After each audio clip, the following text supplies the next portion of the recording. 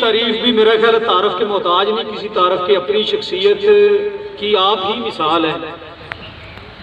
हर इंसान अपनी मिसाल आप होता है।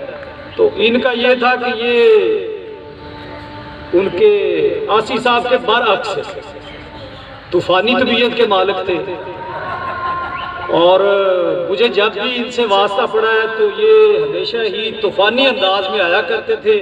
लेकिन एक ये खूबी इनकी बहुत बड़ी थी कि ये जब बैठ जाते थे बात करते थे, और जब इनके साथ डायलॉग होता था तो बहुत जल्दी मान जाते थे बात को। और जब दफ्तर में आते थे तो जितना वो होते थे ना गुस्से में या एक्साइटेड, उतना ही पुरस्कून और मुस्कुराते हुए जा रहे होते थे, और हमारी बात तकरीबन मान लेते थे सारी। चौधरी मकबूल साहब आज भी उनकी जगह पे स्पीच की है उन्होंने, उनकी तर्जमानी भी करते रहे।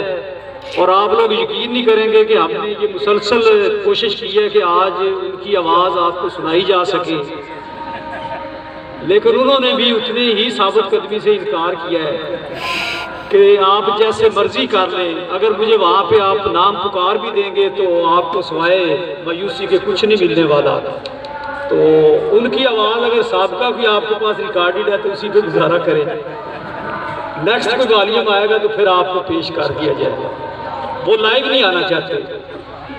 तो बाकी उनके टेलीफोन के बारे में मेरा ख्याल है कि वो तो एक इतना ज़्यादा हो गया है हवेली रखा में या हमारे स्कूल की हद तक उसकी शोहरत है। और मुझे बाज़ बात तो रशक होता है कि वो कौन खुश नसीब है जिन्होंने वो सुना है टेलीफोन उनको करते हुए। मैं नहीं सुन सका, तो ज़ाहिर है अब वो हमारा उस तरह से हिस्सा नहीं है, तो आप भी इससे महरूम हो गए। ये मुख्तलिफ हवाले थे दोस्तों के। अल्लाह ताला इनको अमली ज़िंदगी में खुशियाँ दे।